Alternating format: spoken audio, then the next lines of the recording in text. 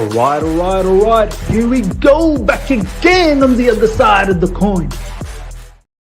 All right, welcome back to the other side of the coin, ladies and gentlemen. I'm bringing you yet another live stream, daily live stream, as we always do. It's fantastic to catch up with you guys and, going through the latest in Chelsea news that's been floating around since the last video, which is more than 12 hours ago. So lots has happened since then. Some information has flown through, and it's always good. It's always good to gather together and, get a feel of what we think about some of these news that's dropped by. We're going to talk about three different things, ladies and gentlemen, today. First of all, thank you to each and every one of you guys for joining in. Smash the like button as soon as you come through. Take the opportunity right now, as we're early in the stream. Take the opportunity to smash the like button. Take a moment right now. Get those likes up. And if you're here for the first time, subscribe. Make sure you subscribe. Let's get to 22,000, man. We're very, very close. Let's get to 22,000. Three topics that we want to talk about, ladies and gentlemen. One, we'll talk about Nagelsmann, some information that's been floating around about Julian Nagelsmann and his shenanigans. Naughty Nagelsmann, arrogant Nagelsmann. So we'll talk about that to see what you guys feel about the information that has dropped in regards to his, candidacy to go for the job, Chelsea managerial job.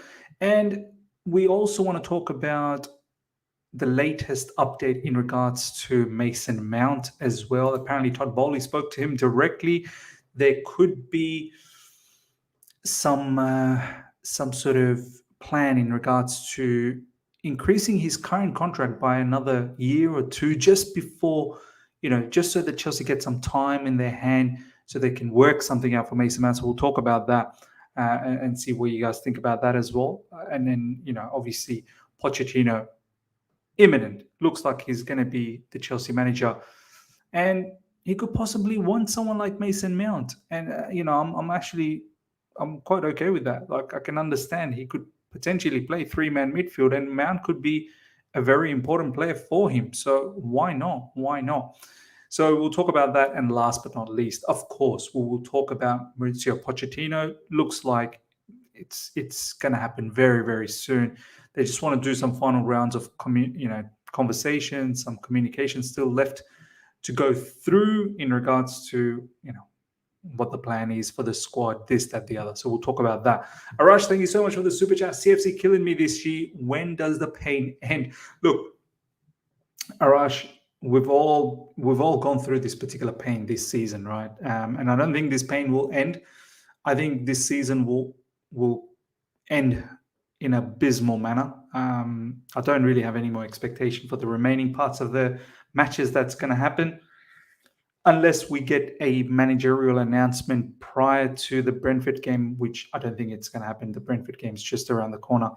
So, yeah, I don't have too much expectation on that particular game. But maybe when we hear the new manager, announcement, the pre-agreement, hopefully there is some sort of a uplift. That's what we're hoping. But look, this season is a write-off. It's gone. It's finished. And hopefully our owners have learned from their mistakes. I've seen recently there was an article that stated that Todd Boehly has realized mistakes have been made. Whether they learn from it or not, we'll see. I'm hoping this whole, appointment of Mauricio Pochettino is the start of rectifying the mess that we've created over this particular season, especially in the managerial situation, and also to a certain degree, some of the player plannings as well. I don't think any of the players really developed once again in the particular season, and we don't really have a clear plan for any of the youth players as yet. So we brought in a lot of players, but we just don't have any plan. So this particular season, market as a cross, and hopefully the appointment of Mauricio Pochettino is the start of rectifying the situation, and hopefully it's the start of the project. I don't like talking about project, process, this, that, the other, because I've never seen anything work out at Chelsea Football Club whenever we talked about project, process. So I'm hoping this time around that we are proven wrong. It has to, because for me, if Mauricio Pochettino doesn't work out, we're going to be done as a football club. We are going to be so done as a football club. So for your sake, for my sake, for the club's sake, it better work out. It really better work out, because if it doesn't, we're all in the mud massively. We are going to be all in the mud. We are going to be left behind big time. So hopefully it works out. It has to work out. Let's take a couple of comments before we get into the news. You can make mistakes, but you should learn from that and make sure not to make the same mistake again. Let's hope Todd and Co does the same. 100% agreed. RS7. I've been saying Poch since the start. It was such a good fit. There you go. Kudos to you, my man. It's your dreams have come true. Michael's saying all I want is for Boehly to stay from the dressing room and step back for people with football knowledge to work. Look, it is prudent that they take a step back. Whether they're going to stop going into the dressing room, I don't know about that, but hopefully they can reduce it. I think as owners, you're going to be, you have the right to do whatever. You have the right to do whatever. But yes, of course, understand where you need to be and understand the culture, the tradition, and the dressing room is for the players and the manager. That's where the manager builds their reputation. So yeah, just understand. Sam, good to see you. Miz, I don't know about this Poch guy. Seriously, I was left bitterly disappointed after Nagelsmann rejected us. I don't think Poch is what to compete with the likes of Pep, Klopp, De Zerbi, Arteta, and co. Look. This is why I'm slowly coming around to this particular factor. Look, I've said what I've had to say. Sam, obviously, you've said what you've had to say. Many of us have said what we've had to say, which is good. We need to give out our opinion, which is fantastic. I think now we need to understand the other side of the coin, which is, look, we've had a shambolic season, an utterly shambolic season, and we've not competed in the Premier League for a while. So maybe someone like Poch at least brings that stability for us. At least we're hoping, because if this doesn't work out, we're dead. We're absolutely dead. So someone like Poch, maybe it's too far-fetched to think as yet, let's challenge for the title right away. Maybe it's time to let's get some stability in. Let's try and ensure on a regular basis we make top 4 minimum, top 6 at the least. And then we'll take it from there. Because right now, if top 4 is not even, confirmed. We're not one of those clubs that we can put our hands on our heart and say top 4 is a given. It's not. Right now, top 4 is a threat. All these other teams have moved on and have leapfrogged above us. Look at Newcastle. Newcastle's buzzing. They put 5 away on Tottenham, man, in 21 minutes. This is not a joke anymore. I'm pretty certain. I think Tottenham's going to be one of those teams that's going to slide away. They're going to be left behind. And we don't want to be in that position either. We need to bounce back. So maybe someone like Pochettino is there to just give us that stability with all the different moving parts that's going to come in terms of stadium redevelopment. Down the track, don't expect so much money to be spent in the transfer window anymore. I think the next one coming up, the summer one, is probably going to be the one that we're still going to splash money, but also we have to get rid of a lot of people.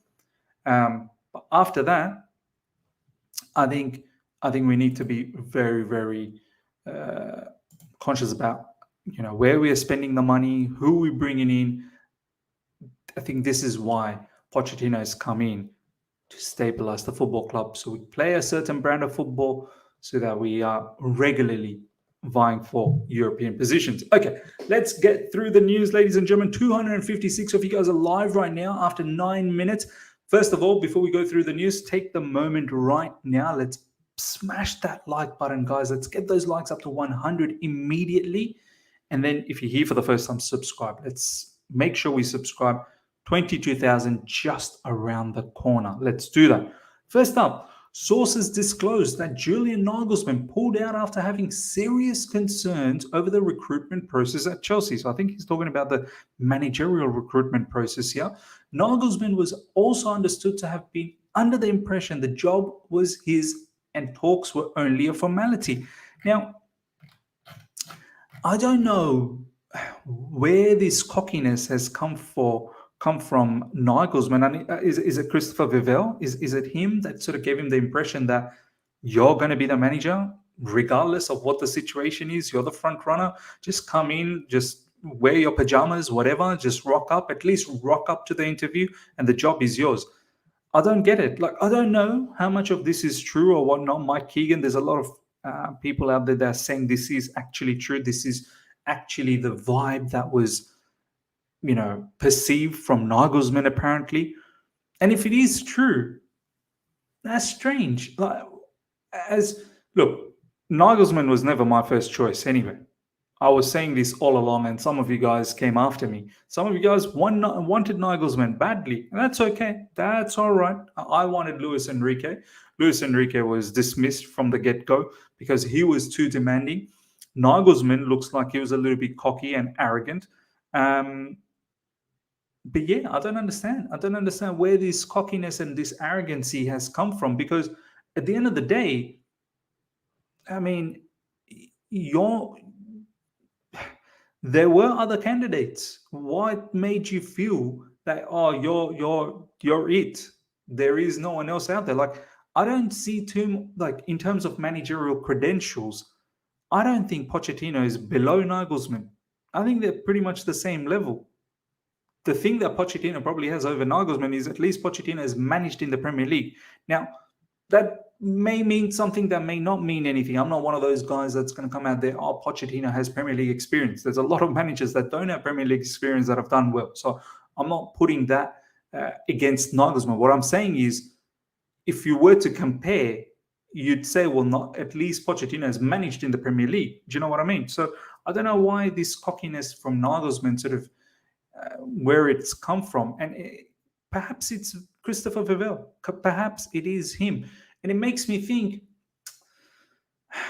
how does the ownership, the other board members feel about Christopher? If that is the thing, how do they feel about Christopher Vivell? Giving this perception to Nagelsmann that the job is yours. Because obviously Nagelsmann and Christopher Vivell, they've had history together back in Leipzig. So it's a bit strange. It's a bit strange situation. Nagelsmann should have never ever should have thought that, the job is 100% his and it's just a formality. Pochettino was always going to be a competitor just around the corner. And obviously there was Luis Enrique. Yeah, maybe Nagelsmann ahead of company and Ange Postecoglou. But yeah, this cockiness, I'm a little bit baffled by that. Unease grew with Julian Nagelsmann after a succession of meetings and reports that company and Pochettino were also being considered as well as him. Sure, why not? Why not? Look, I wasn't too happy about having this whole interview process. I'm going to be honest with you guys. I wanted Chelsea Football Club to know the particular person they want, and then speak to that person, outline what they want from that person, and then go from there. Like, for instance, Chelsea know what their issues are. X, Y, Z, right? Stadium redevelopment, youth, planning, sustainability of the club, this, that, the other. Yeah? Then go and select. You go, okay, I think this manager would work, that manager would work, or that manager. And then you bring them in and you have a conversation. You lay out what you want, and then you ask them, can you deliver? How will you deliver? Present that to us. So I didn't like the process, how it was open to everyone. Like, you come in, we spoke to you, we spoke to them, we spoke to Vincent Kompany, we spoke to Ange Postecoglou. Literally throwing out an expression of interest and see what people has to say. I didn't like that. But, Julian Nagelsmann, he shouldn't be worried about that. That's for us. That's our problem. Do you know what I mean? That's for us to comment. You as a person, if you're interested on the job, do your level best to get the job. Don't worry about who your competition is. Don't worry about if we're talking to others. So that's just the way I look at it. David, thank you so much for the super chat. If true would not be cockiness, it's the way hiring in football works. You go for first choice. If that doesn't work, you go for second. We are operating as we. This is exactly what I just said, David. Like, from a fan's perspective, you're right. I didn't like the way Chelsea did all this. You're 100% right. Like, that's not how we've seen previously a manager being hired. And you're right, that's not how football works. I get it. But Julian Nagelsmann should not worry about that. That's just my personal feeling. He shouldn't worry. He should just give his level best to do the interview and see if he can get the job or not. And clearly it looks like the Chelsea hierarchy was just a bit put off by all of this. I get it. Chelsea should just talk to Nagelsmann, see where it is. But Chelsea has talked to Nagelsmann, and looks like they weren't happy. Chelsea were happy with Luis Enrique to an extent until they figured out that he's got a lot of demands, and they didn't want to do all of that either. But let's see what else you guys are saying. I don't know what Boehly is doing. He's making everything public. It doesn't work like that football world. He still thinks things that work in USA works everywhere else in the world. Yeah, look, I don't know who's putting out these leaks, man. These sort of information shouldn't really materialize. David Alada, the person that just gave the super chat, Sam Jovi has just replied back to that. That is an assumption. Most clubs don't detail their interview process. Hiring for a job is always a process.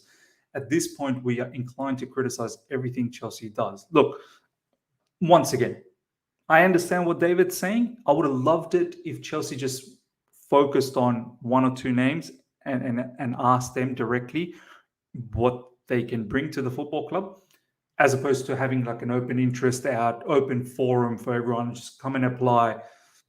Yeah, this isn't like your normal regular job, right? But having said that, I don't want Julian Nagelsmann to complain either. Do you know what I mean? Like, you've been given an opportunity to go for the role. You focus on yourself. Don't worry about how things are running. You focus on yourself. Why are you bothered if we're talking to company and Ange Postecoglou and Pochettino? Why are you bothered? You put your best foot forward. Do you want the job or not? And if you can't be bothered to put your best foot forward, then so be it. So be it. Luis Enrique had to go through the same situation as well. Luis Enrique knew Chelsea were talking to Nagelsmann as well. He didn't pull out. He was just not considered after his demands. Ms. Shortlisting Postecoglou and company are kind of questionable decisions. It makes it look like the club has no idea. Like interviewing Poch and Enrique makes sense, but the other two is bad PR. You're right. I've said it. I've 100% said the short list of company and Ange Postecoglou. What's the thought process around that? I mean, is it because it's data driven? And if it is, and we're not reading data in a relevant manner, we cannot be considering Vincent Kompany because data shows he's been doing a madness in the championship. We cannot be considering Ange Postecoglou because data shows he's doing a madness in the Scottish League and he's done well previously. As good as Ange Postecoglou might be, as good as Vincent Kompany might be, the Chelsea job is it's a highly volatile job, man. And those people in the shortlist, questions need to be asked. You're right. How did they get into the shortlist? That's baffling. Right now, Pochettino, if you have a shortlist like that, well, Poch is a clear-cut winner. We did it. We kind of made it a bit easy for Pochettino. Had it been Pochettino, I don't know, whoever else have been available, let's say Hansi Flick, if he was available, Pochettino, Hansi Flick, Zidane, if he was in the shout as well, then I think the situation would have been different for Pochettino. But look, at the end of the day, Pochettino kind of ticks a lot of the boxes that our owners and the board, in terms of the job that they want to be completed over the next few years. He kind of ticks that. One of them is being the stadium redevelopment, to oversee a stadium redevelopment. And during that time, you best believe we're probably not going to get any more, large budget in the transfer window. So this is why we've influxed our team with youngsters, and Poch once again works well with youngsters, history suggests. So he ticks a lot of boxes. Okay, I test. Good to see you, my man. The owners themselves are sources that have some journalists in their back pocket. Also, someone like Daniel Fingerstein is friends with Simon Phillips. Yeah, true talk. True talk. They're probably the ones that's leaking all of this stuff. T1, thank you so much for the super chat. Get company with Pep link like Arteta, but no, absolutely no. Okay, next up, ladies and gentlemen. On Friday, a direct conversation took place between co-owner Todd Boehly and Mason Mount, where his importance and a desire to keep him was reinstated. The dialogue has been interpreted inside Chelsea as a positive development. This is coming from David Ornstein and The Athletic.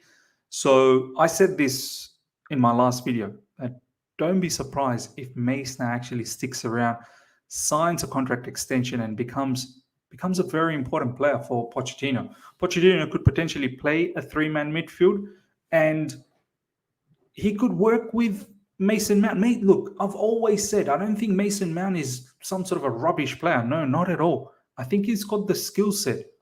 He definitely has the heart. His heart is in the right place for Chelsea Football Club. He does bleed blue, and he does want to fight for Chelsea. There is no doubts about all of that. But there are certain areas where Mason needs to improve to be that high caliber Chelsea level. Right now, we're struggling to have too many players that are Chelsea level. Do you know what I mean? I'm talking about comparing with the legendary days, right? John Terry, Frank Lampard, Didier Drogba, Peter Cech, Ashley Cole, Michael Ballack, Essien, this, that, the other. So for me, Mace, if he was a player back then, I think he would have found himself very difficult to be in the team.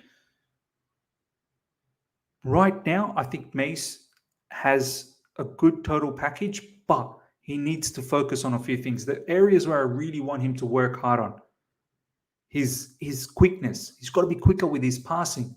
He's got to be involved a little bit more in the build-up. His vision. He's got to be able to pick out some really good passes regularly. Regularly find those incisive passes off the ball, not just pressing, which he does well, but pressing, you got to do it as a unit anyway. One man pressing ain't going to convince no one. You got to work hard to win the ball back. Tackles defensively, want him to be a lot more solid, which he is. But I think over the last 12 to 16 months, kind of disappeared away. Was giving away the ball too easily. And really polish up front. If you're going to be someone who's going to sneak into the box, and you best believe he could potentially be used as a Dele Alli kind of a player, Mason Mount, under Pochettino, you got to be able to score goals regularly. Got to have that ruthless finishing. Of course, you're going to miss here and there, but you got to be able to put away goals more often and be the difference maker. Be the difference maker more times than none. I think these are the things that I would love him to work on with Mason Mount. So, look, glad that Todd Boehly has intervened here. Generally, I don't like Todd Boehly intervening in too many areas. Glad he's intervened here and he's speaking to Mason Mount directly. I think that would give Mace some sort of confidence. But let's see what happens. Todd Boehly has asked Mason Mount to sign a new 1 or 2 year deal after his initial request to give him a 7-year contract were turned down. See, I don't know how I feel about this. It's like Chelsea are quite adamant to give him a long-term contract and lock him down for longer period to protect the value of the player. If there is another club that wants him, we will force them to pay a lot. But at the same time, maybe we're looking to give him a long-term contract because we can't give him, the X amount of money that he's potentially wanting. We're giving him job security, basically. We're saying, look, we're giving you a longer contract for a shorter pay, essentially meaning you've got a job security. You got a job for X amount of years. But maybe Mace is thinking, look, I'm good enough to earn a lot more money now, which he probably is. But I don't know whether he's good enough to earn the level of money that he's probably talking about. There's words that somewhere around 200,000, 250,000. I'm not sure as yet if Mace is there. Could he one day get to that level? I think he can. But right now, to give him that kind of money, I think that that could be detrimental. So I can understand from Chelsea's point of view not to give him that level of money where we're looking to ease on our wages as well. Don't forget, no European football next season. Players are going to take a bit of a pay cut. 30% pay cut, apparently. 30% is a lot. Let's just say, I think Raheem Sterling's on 300K. 30% of that is 100K gone. Raheem Sterling will look at himself being in 200K. Like, I know we can sit here and go, man, that should be more than enough. But for these players, yeah, they've got plans, man. They've got plans to set themselves up for the rest of their life. So for them, 100K a week is a big difference. Mace, with no European football, it's understandable that Chelsea don't want to give that level of money. But maybe this new one or 2 year extension to his current contract could give Chelsea a bit more time. Maybe we can make back into the Champions League again, or European level to a certain degree, whether it's Champions League, Europa League, whatever. And then there's the whole situation about financial fair play. We need to get rid of a lot of players as well. So maybe Chelsea's just buying some time to potentially give Mace that contract down the track that he desires so much. And it also gives Mace the opportunity to show once again that consistency that he had nearly a couple of seasons ago. Unless Mace has a better offer, unless there's Liverpool out there that's going to give him a better offer. There's apparently now strong interest from Bayern Munich as well. Thomas Tuchel really likes Mason Mount. So we'll see. But I think Chelsea really wants to keep him. Prabuddha Miz, only positive of Poch are experience and working with lesser investments and players. Yeah. Let's see if he's capable of winning trophies at Chelsea Football Club. But we're still a little bit away from winning trophies as yet. Can he win us some domestic cups? Let's see. Big up, Miz. I'm still hoping the mystery manager Chelsea is looking at is Hansi Flick. Brother, that mystery manager is Ange Postecoglou. It's not Hansi Flick. Bro, we haven't scored in ages since Mount stopped playing for us. The guy got double-digit goals and assists. Arsenal are adoring Odegaard for doing the same. Look, let's not pretend that Mount hasn't missed this season either. Look, there's a reason. Of course, the contract situation is a huge reason why he hasn't been playing recently. There was an injury as well, but he was playing quite a lot prior to the World Cup, and even straight after the World Cup, he was playing quite a lot until it was just impossible to start him because the form was poor.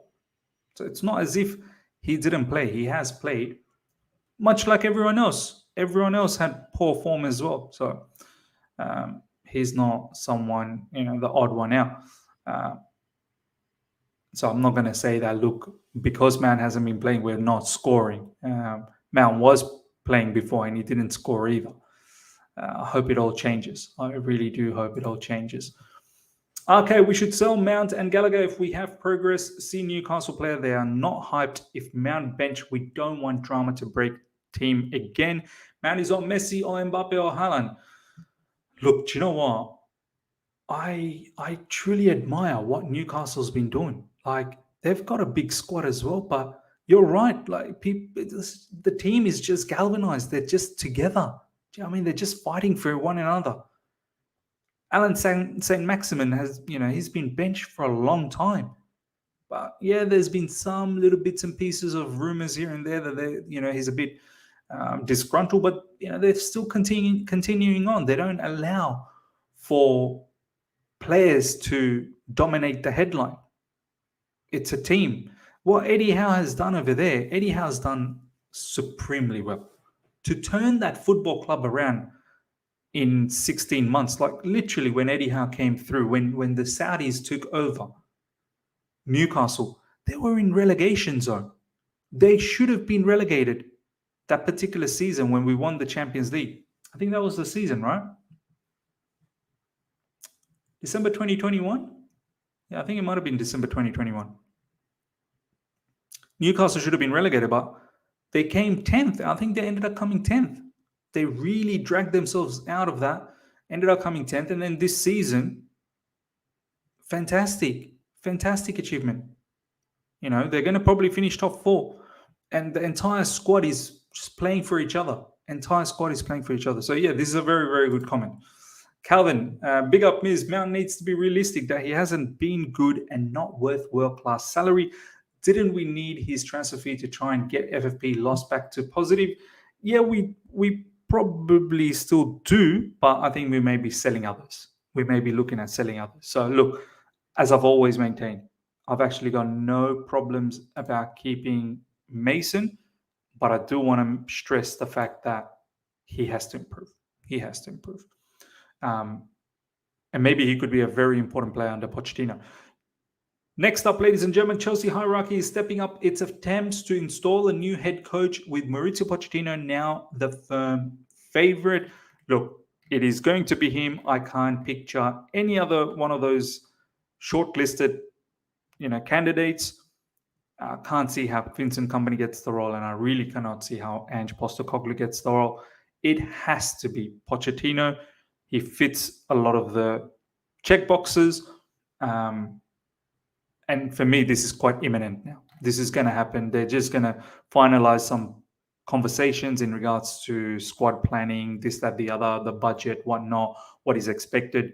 I'm hoping over the next week, we should see this coming to fruition. Chelsea are closing in on Mauricio Pochettino as their new manager. Deal not done yet. Look, I don't expect any more surprises. There could be surprises. We've seen many of surprises this interview process, but this one, I don't know. I don't think there should be any more surprises here. Let's take some of your comments before we slowly start wrapping things up. Smash the like button, ladies and gentlemen. Well over 300. There was well over 400 at a certain point. So smash the like button. Let's keep getting those likes up. Take a moment right now. Smash the like button. If you're here for the first time, subscribe as well. Tony, I get the feeling that Todd Boehly wants a new manager to follow his ideas 100%. I think Potter, as an up-and-coming manager, was prepared to do that. I don't think the more experienced would do that. I think, look, this is a big factor. I'm not even going to lie. I'm not even going to deny. The owners and the board, they do want a particular manager that's not going to talk back too much. That's going to abide by what they want and basically see the manager achieve those objectives at the utmost level. They don't want the manager to have too much demands, this, that, the other. Come in and do the job. This is what we have. This is the mess we've got. This is the amount of money we're going to pay you. Come in and do the job. This is probably why, managers like Luis Enrique, who wanted to put their own imprint into the team, couldn't get in. Nagelsmann probably as well felt in the same boat. He felt that he should have got the job. Do you know what I mean? Like he didn't understand why why Chelsea's talking to all of these people. Whereas Pochettino, he's been in this situation before with Spurs. So, he's come in he is going to come in and he's going to try and stabilize the club. What I don't understand is, why didn't they just look for Poch from the get-go as opposed to going for Frank Lampard? I think Poch could have just come in straight away. I don't think there was a necessity to get someone like Frank Lampard. I think we waited all that time with Graham Potter. We could have just kept on waiting a little bit longer and just got Pochettino. Do you know what I mean? Unless the owners really didn't know anything about Pochettino until a couple of weeks ago, which I find that strange, because Pochettino apparently was up for the managerial position when Tuchel got sacked. And at that time, apparently Pochettino wasn't too convinced, or the owners weren't too convinced with Pochettino either. This time around, it would have made sense to just get Pochettino in. Like, just hold on to Potter for another week, couple of weeks. Oh, what more damage could have done? Frank's lost every match anyway. What more damage could we have done? The fans are not any more happier. In fact, fans are more sad now. Do you know what I mean? So could have just kept them on and then just brought in Poch. Poch would have seen us through till the end of the season. would have got a gauge on the squad, and then taken it from there. But it is what it is. It is what it is. Rain, if he wants above 200k, no way any other club will pay that wage. He should be aware of this. They got Lampard because they wanted to take their time and interview candidates. Well, see, this is the issue, Shahab. I wish they just knew, like, because we know our issues, right? We know our issues. Those issues, they should have known. It doesn't fit Luis Enrique. It doesn't fit Nagelsmann. It kind of fits Pochettino. They should know. Like, we had all of these conversations only to realize what I could have told you anyway. I could have told you from the get-go, Luis Enrique is not a yes man. He will have some demands. He wants to have an imprint on the team. I probably could have even told you that Nagelsmann, to a certain degree, is not a yes man. I mean, there's a reason why he got sacked by Bayern Munich. Do you know what I mean? He likes to do his own thing. But with Pochettino, I know some people might look at it as a negative manner. Maybe sometimes I use it as a negative manner. Pochettino will be a yes man to a degree. Will he voice his concerns as well? Of course he will. But he will not rock the boat too much. Pochettino knows what he's getting into. Poch knows what he's getting into, and Chelsea know what they want from Pochettino as well, because of all the different stuff that we want done. I wish Chelsea just knew the characters of some of these managers. That's all I'm saying. That's all I'm saying. I don't think there was a need. Like, they should have known. Like, what are you going to get out of Frank Lampard? Like, a bit of a bounce from the fans and this, that, the other. Like, make the fans, appease the fans. Well, it didn't happen. It didn't work out, did it? Poch told them the timing wasn't right. Didn't want to take the job mid-season. I wouldn't even call it mid-season. There was only like, I think it was like 28 matches in. Well, when Frank came in, there was like 7 or 8 matches left in the Premier League. So I don't know. I wouldn't call that mid-season. Finally, they didn't even think of this whole process when they sacked TT and hired Potter. The board wasn't there, yes, but they have been erratic and unplanned throughout. This is a good point. Maybe they just, do you know what? They didn't expect to sack Potter. They really didn't. That's why they kept him on for so long. They actually didn't expect to get rid of Potter.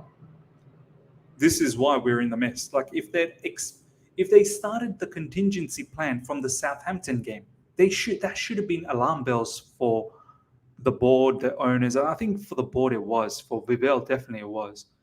But for the owners, that should have been the alarm bells after the Southampton game. They should have realized maybe it's a good time to start looking for the new manager just in case.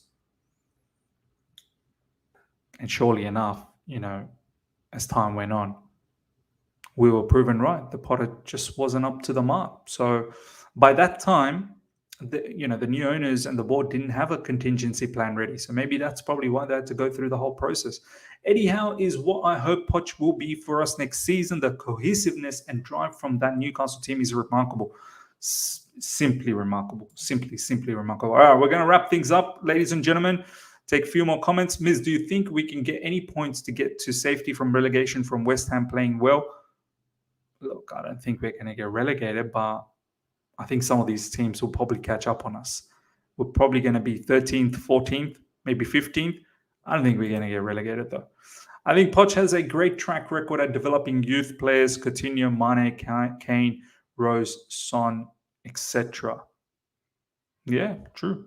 Absolutely agreed. Last but not least, let's take Shubra's comment over here. Before the board members came, they made numerous mistakes, and they are rectifying those mistakes till this date. Absolutely agreed. All right, ladies and gentlemen, hope you guys have enjoyed this. Smash the like button if you're here for the first time. Subscribe, hit the bell notification to stay in touch with all my content. Till next time, see ya.